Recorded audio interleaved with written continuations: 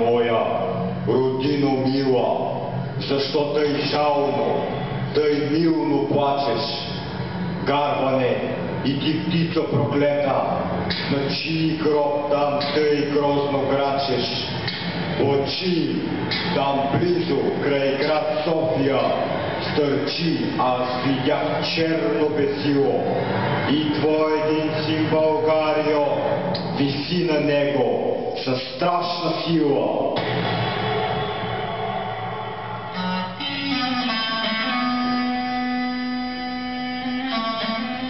Ден като другите, но не съвсем.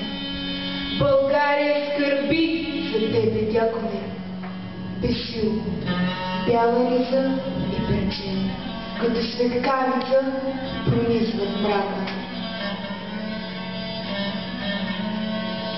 Две следи в снега, в най-чистият сняг, от въжето до всички години. Научи ме, пресвети апостоле, как последите ти пресни да мина. Свободен е народа и от душа те слави. Защо му трябваш още? Защо не те забрави? Защо са зрели в гарма, си мисли за бесило? Защо си му икона? Защо си му светило? Защо ти пали свещи? Плете за теб венец, наричате Месия, надежда и светец. И тайничко поглежда към небосвода стар, да ни по пътя млечен светлина възвеща. Две следи в снега, две човешки следи, все към Къкрина, право нататък, и над тях две лукави и жълти звезди, позлатени очи на предател. Две следи в снега, в най-дълбокия сняг, 5 столетия труба в душите, скрил до покрив къща и сърца, той все пак не успял да затрупа следите. По стъпките на дякона вървя, по пътя от конака до безсилото. Подхлъзват ме паветата, снега, мъгла и студ, по пътя са партината.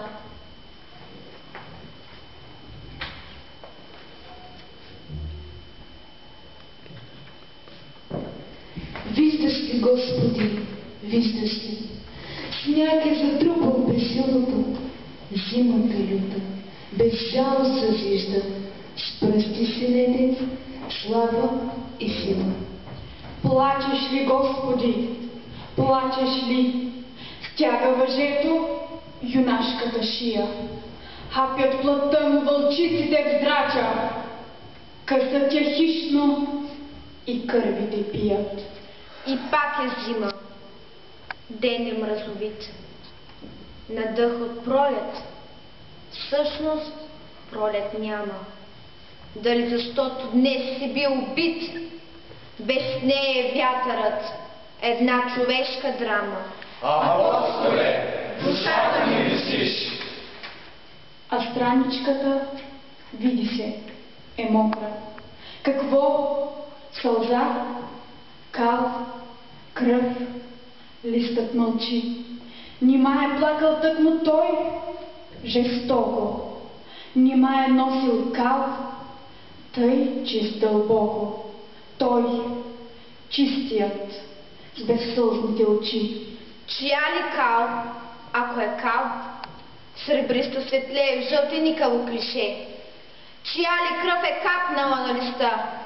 Чия ли мръсна болка свети чиста по пътя му към святото въже? Поетите с пресипнал глас редят, куплети като въглени в жарава. Ала остава глух и ням светът, потънал в суета и мрачна слава.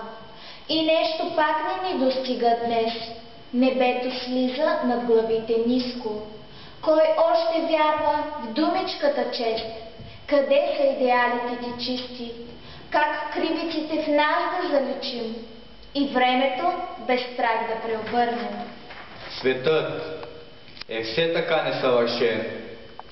Животът ни, кръстосан от въпроси, притиснати от грижи ден след ден, душите си разпятието носим.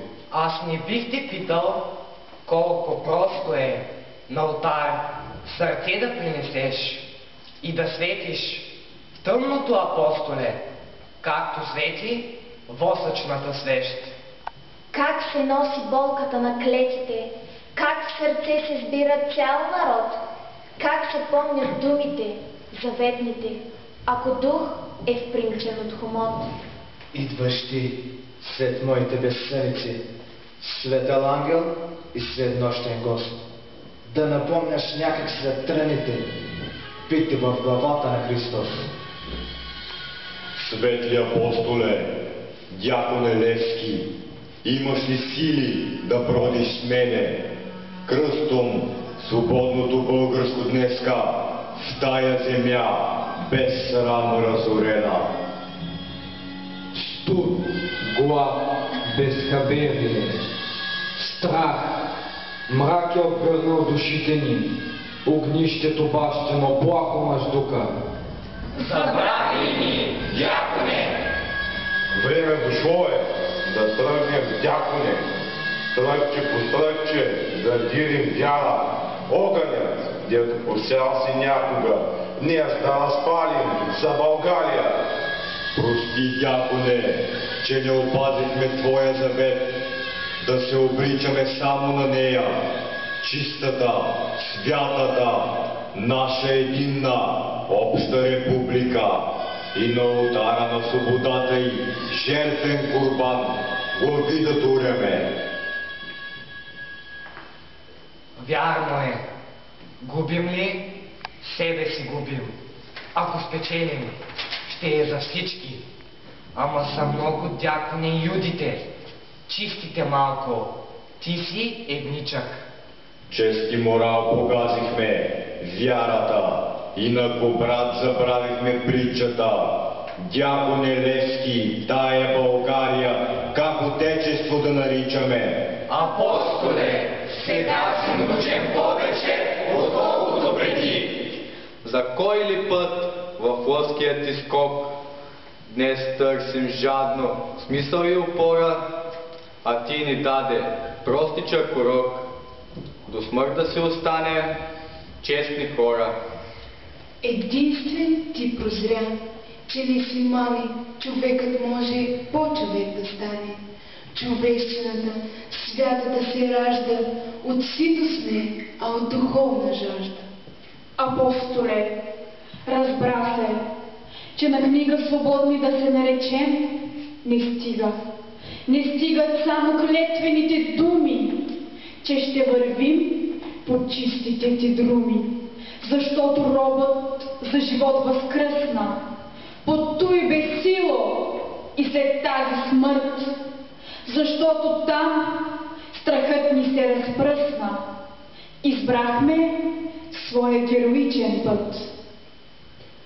Знам от своето страшно разпятие над мъченица България бдиш и към Голгота носиш пак кръста си, същи Исус, терзан и отричан.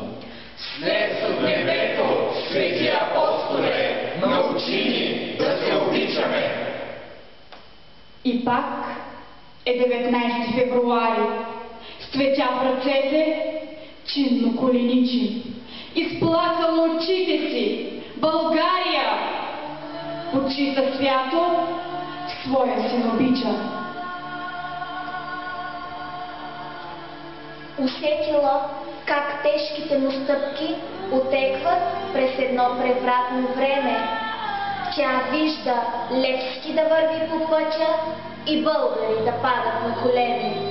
За прошка моли, дълго и горещо, с ръце високо вдигнати към Бога. Нали за нас душата го болеше, издъхвайки, въздъхнал е народе! Минута за поклон, да помълчим, най-святата минута в живота ни. Ще можем ли дълга си да платим? Апостоле, пред Твоята Голгота